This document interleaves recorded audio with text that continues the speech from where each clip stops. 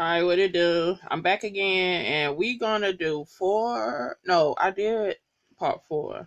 So 5, 6, 7, 8. A dead wax. Um. So we gonna go. All right. What happened on this one? Basically, what that girl did? I done blank head right there. Etta and Lynn.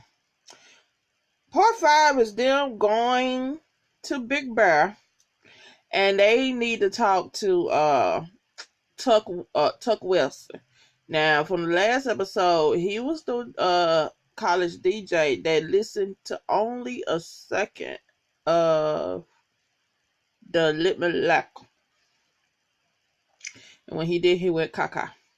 So in the beginning of this episode or whatever, you see, like, it's out in the wilderness or whatever, and you hear music playing loud, harsh, and all that stuff, and then you hear a man screaming, talking about that's not it, or whatever, and you hear stuff breaking, and you hear it over and over again.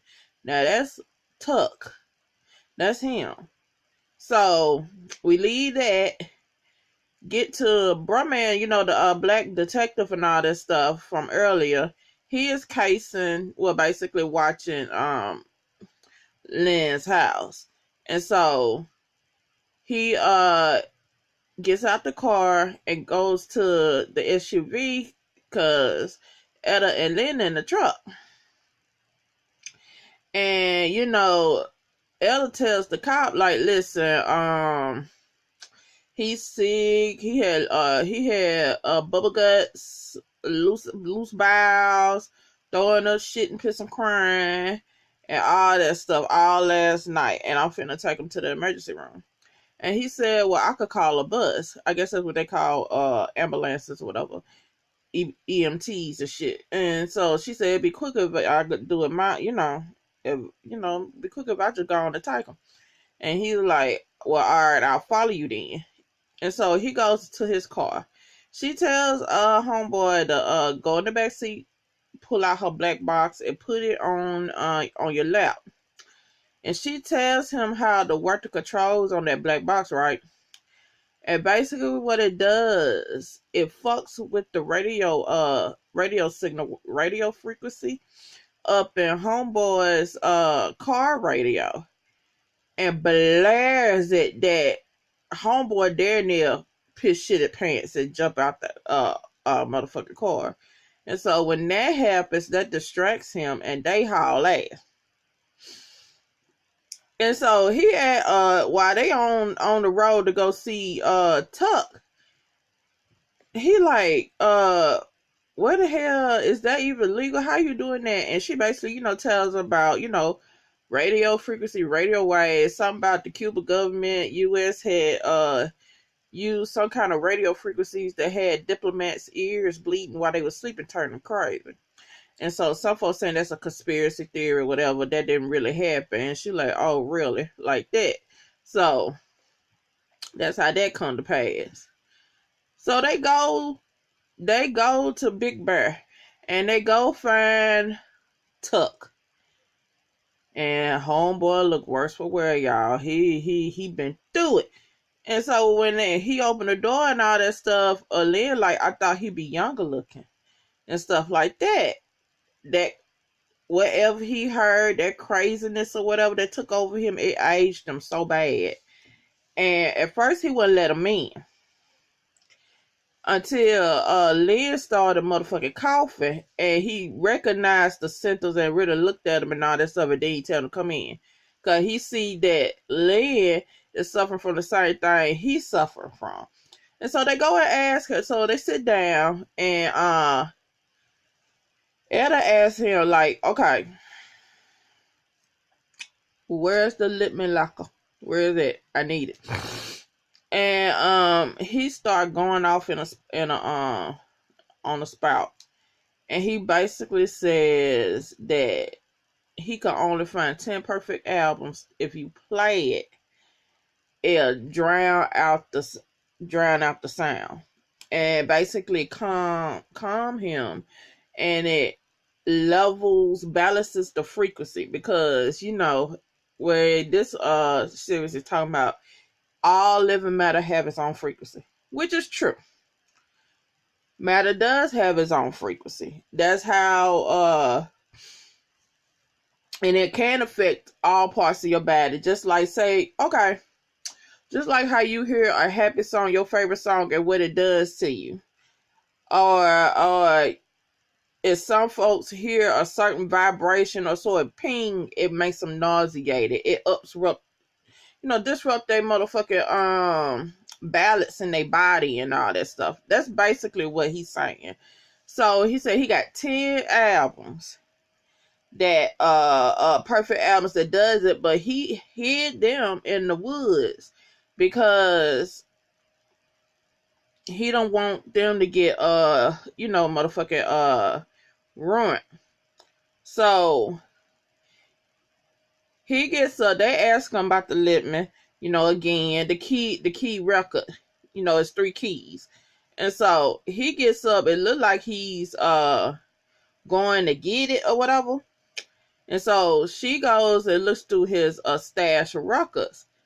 He come out with a motherfucking hammer, hit her, knock her down, and he goes to Lynn, and he put his head against he put his forehead against Lynn's forehead, and you could just see they just going back and forth, back and forth, back and forth, back and forth.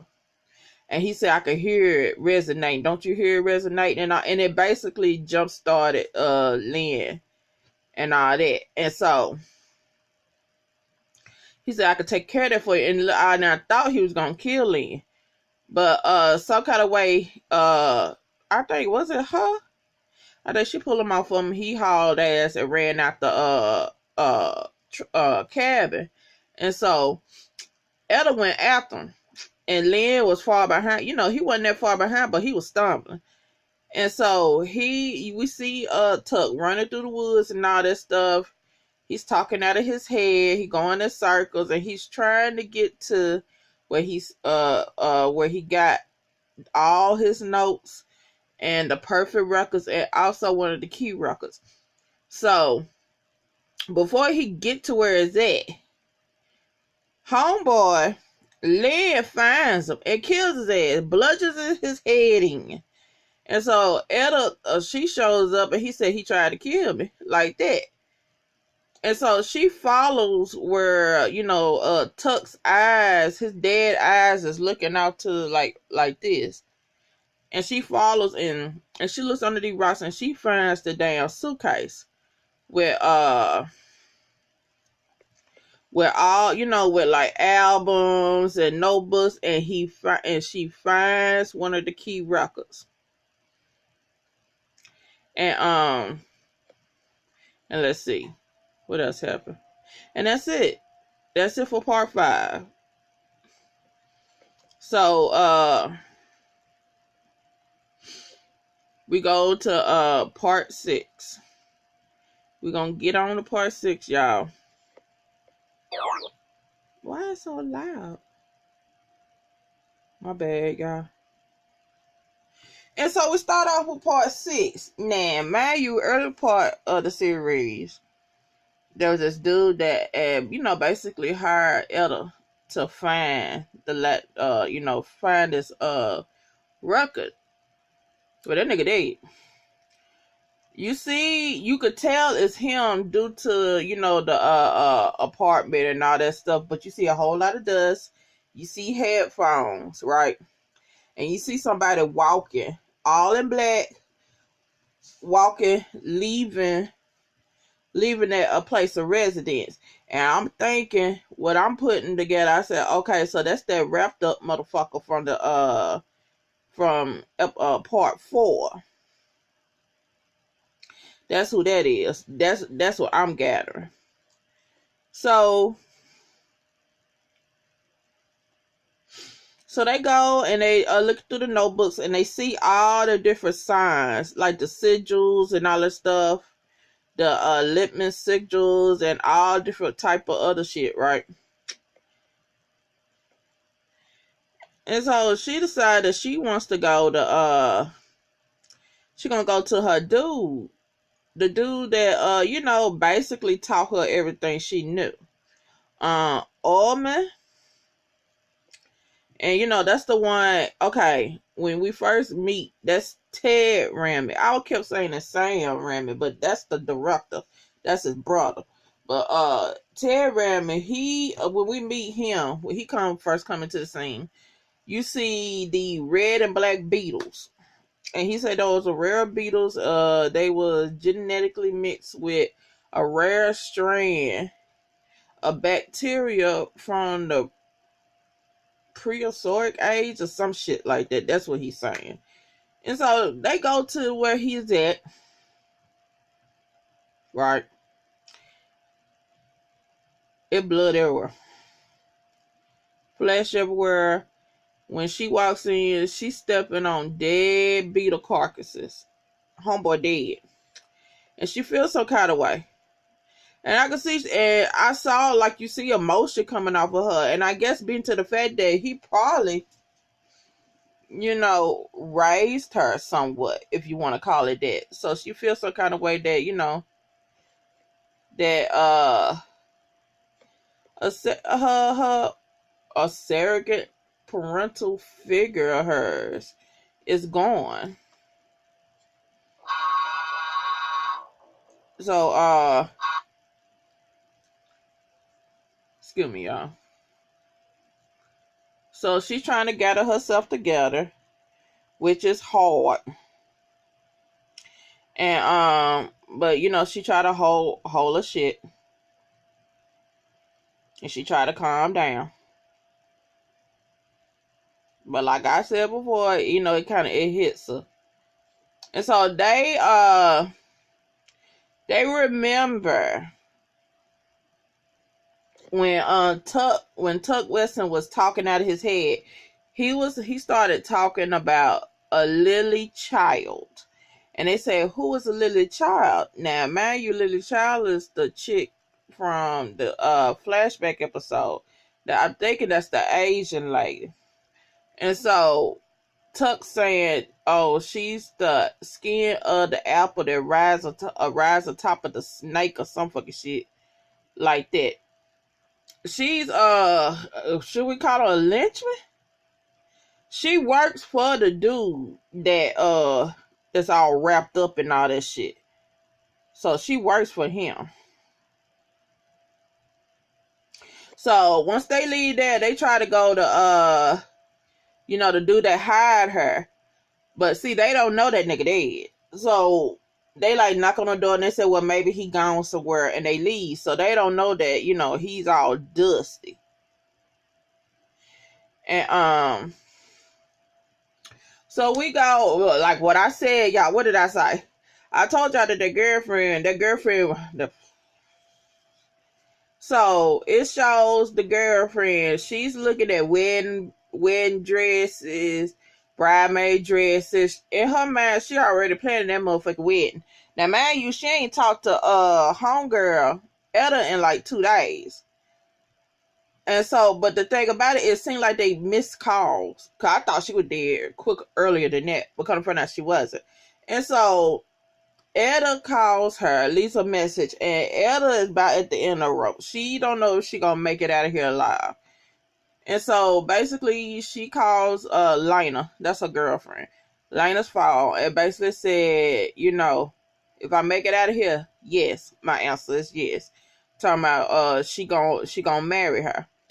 So when when Lena gets through like sending a voicemail, doing a voicemail for Etta, her phone rings again. I'm thinking it's Etta. Kind of find out it's the call ID said null and void.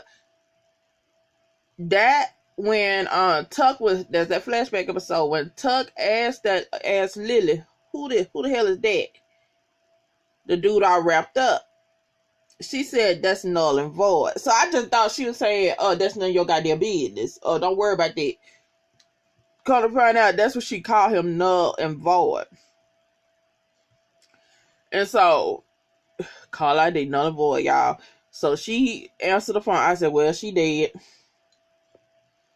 That's all I could say. Yeah. I like, baby girl. Yo, your tenderoni gone, man. She gone. She gone. She gone. She said this might have been too much for you, bro. Your woman didn't like it. She didn't like it. So we finna go to part 7. Hold up, did I say part 6? I did do part 6, but I'm trying to. Did I do part 6, y'all? I did part 6, but I said, did I say part 6? But well, we on part 7 now, y'all. So part 7 is basically when Etta and Lynn meets Lily Child. And then we learn the significance of behind the albums and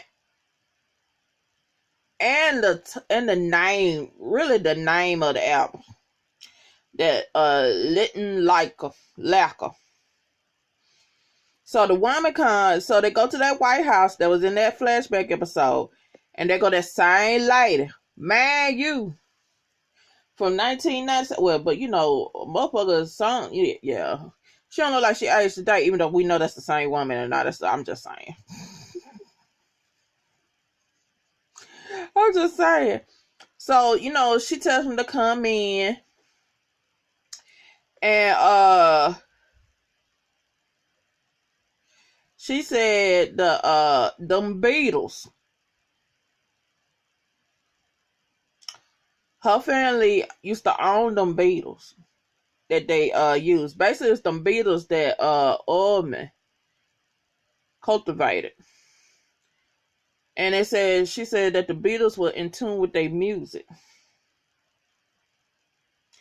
So basically, she said what the Beatles secrete, what they gave off was shellac to make original records. But they said the shellac became inferior due to cheap plastic mass-produced vinyl.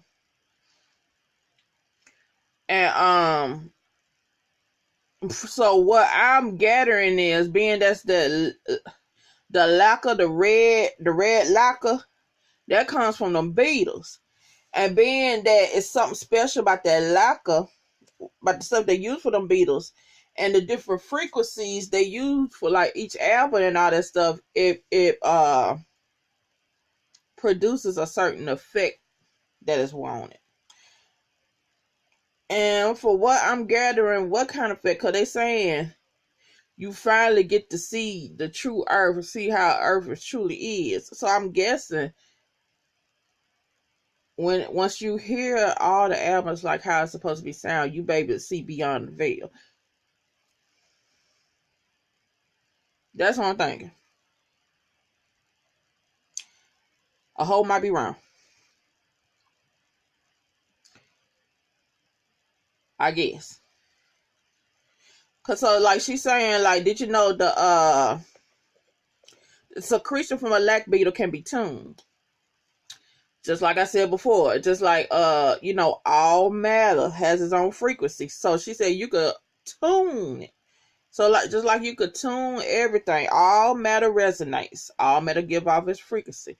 And so she looks at him and saying, being that you only listen to some of the album, she talking to Lynn, and knowing that you done survived it so far, you can't be retuned. You could be primed, and we could get you back well. And so,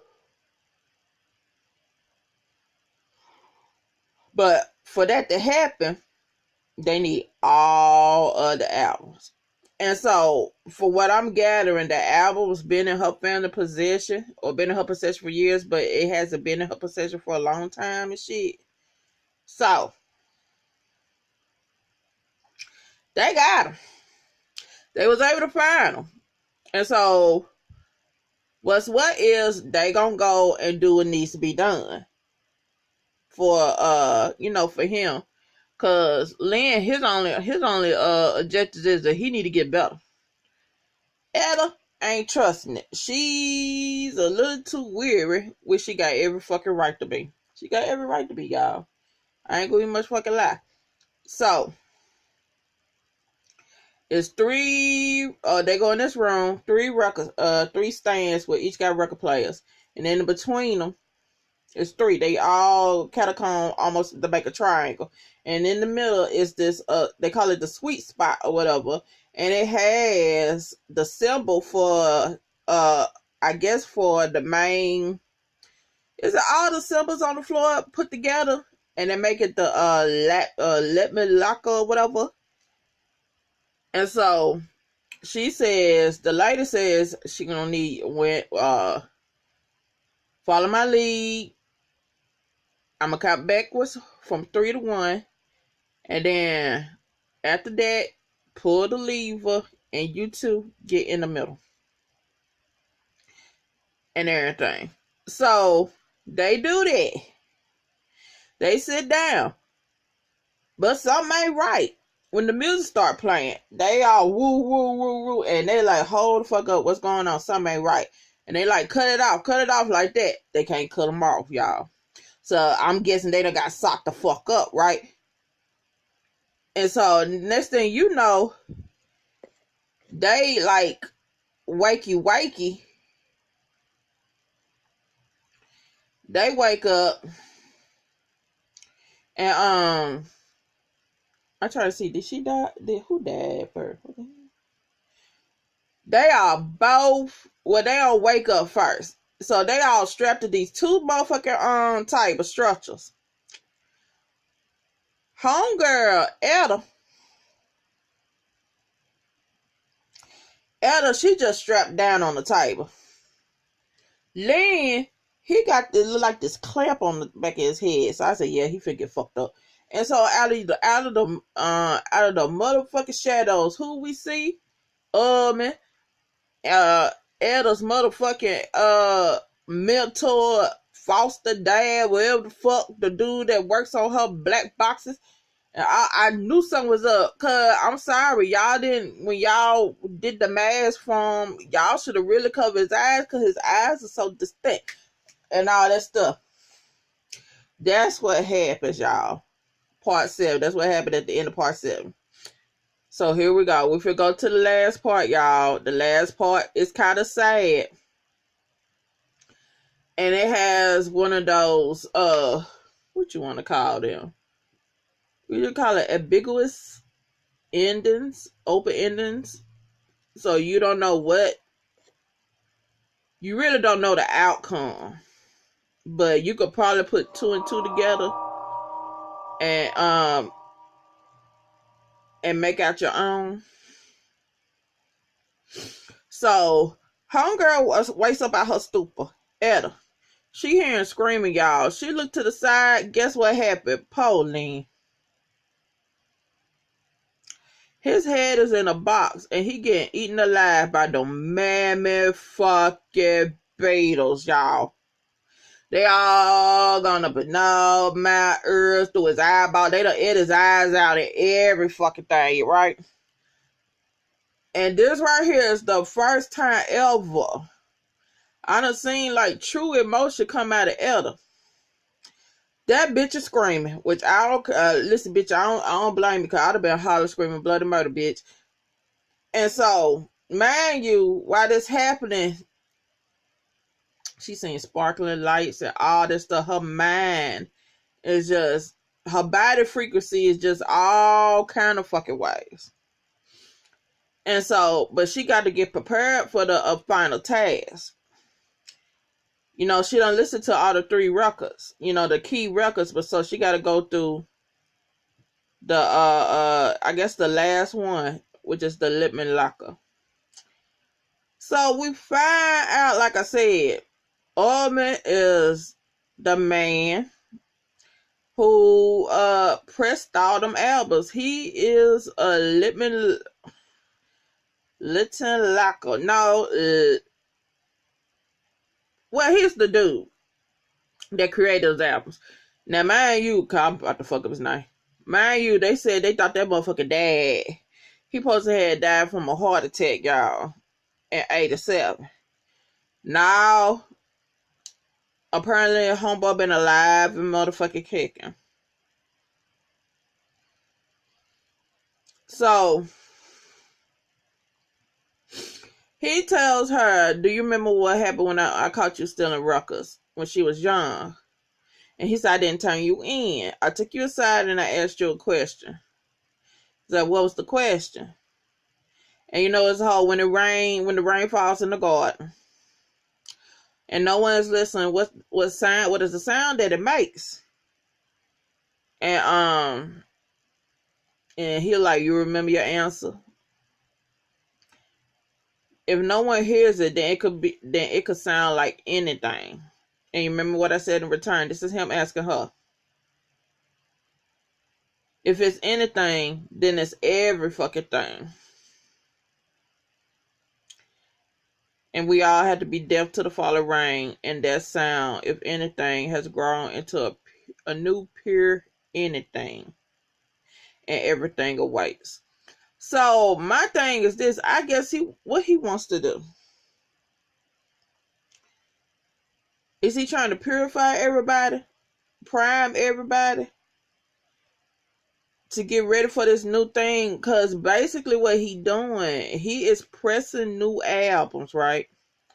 To send out into the world and basically change everybody's frequency. That's what I'm gathering. That's what I'm trying to get, I guess. I think. I don't know. So, or kill most of the Papa fucking Elisha, and whoever survived be the chosen ones, I guess. It could be that. It could be that. I'm not for sure. So, she homeboy, the cop, right, the black cop, he shows up and he gets her untied and all that, and he asks where Lynn at, and she just looks at him and shake her head, and she asks him like, how you found me like that, and he said something about her cell phone, tracked her cell phone or whatever. But bruh, I knew that nigga wasn't gonna last long. We don't last long with some stuff. that motherfucking Asian woman, Lily Child, motherfucker, put a goddamn screwdriver through his ears, y'all. I was like, how she jumped that? How to do that? Cause she's short. I said, girl, would you climb the back of him or something? She did it so quick, y'all. She did it so quick. Now she light as a feather. Now I could see her busting up in some folks' houses and nobody ain't hearing nothing. Cause Ella busted somebody's house. That bitch ain't Lightfoot. She ain't Lightfoot for shit. So she dies or whatever. And next thing you know, they going back and forth. Ella and Lily, they start fighting. They fighting and all that stuff. And basically Ella, she beats her to death. Bashes her skull in and all that. And so Ella runs and she gets in her car. She gets a phone call. And it's from homeboy. It's from Litton. And he basically tell her, like, you was one of the 3 people who have listened to some of it and have survived. And he said, all you need is a final step. And he brings up Lana. And she like, you better not touch her, don't mess with her, yada, yada, yada, and all that. But we already know Hunger gone. The girlfriend is dead, y'all. So she tells him, like, I'm not listening to nothing. I'm not listening to anything and like that. She said, you ain't gonna have no control over me or whatever. And he like, what makes you think you ain't gonna listen? He said, you could be in the store. You could be outside walking. He said, you could be anywhere and you could hear it. You're not safe like that. So y'all, she goes up in her place that she shared with homegirl. She walks in, you see dust. You see the back of her head. And she just over it. Poor Etta. She over, she done with it, she done. And she just walked now. She have got a keychain for she start, I guess, picking up keychains to get to her girlfriend. Cause her girlfriend collects keychains. And so she put it was like a unicorn keychain or whatever that she got from the old man who died at the beginning of this whole season, of this whole series. Put it on the key ring tree. She would never look at her girlfriend. She already know her girlfriend gone. She already know. And look across the room, there go a record player and there go a album with a red bow on it. And it's the guy, it's that Littman. And so I'm just looking at her like, girl, is you gonna play that motherfucker? And so she go take it out of his sleeve and set it down on the record player and all that. And she just done. She like in a shock or whatever. And you look at her face and you see that tear fall. And she got her hand on the needle getting ready. Well, her hand on the lever getting ready to put the needle down onto the vinyl, right, for it to play. But we don't see it. We just see that tear fall. We just see that tear fall, and that's the end of it. I think she motherfucking played the album. I think she played the album. She played the album. Probably, I guess, some kind of way she thought she played the album. She'd be back with her girlfriend and all that stuff. That was Dead Wax, y'all. It was good, y'all. I liked it. It was straight. This is straight. I like it. See, I like stuff like that. Curse objects. Have you read so and so? So you know, if you do mess with everything, drive goddamn crazy. But you know, things like that, I liked it. It was straight. So that's it, y'all. That's the end of Dead Wax. It's a quick series. It's on Shudder. And you know, Shudder got a whole lot of other original series and all that stuff. And everything.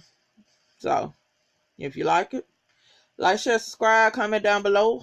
And I'll holler at you later.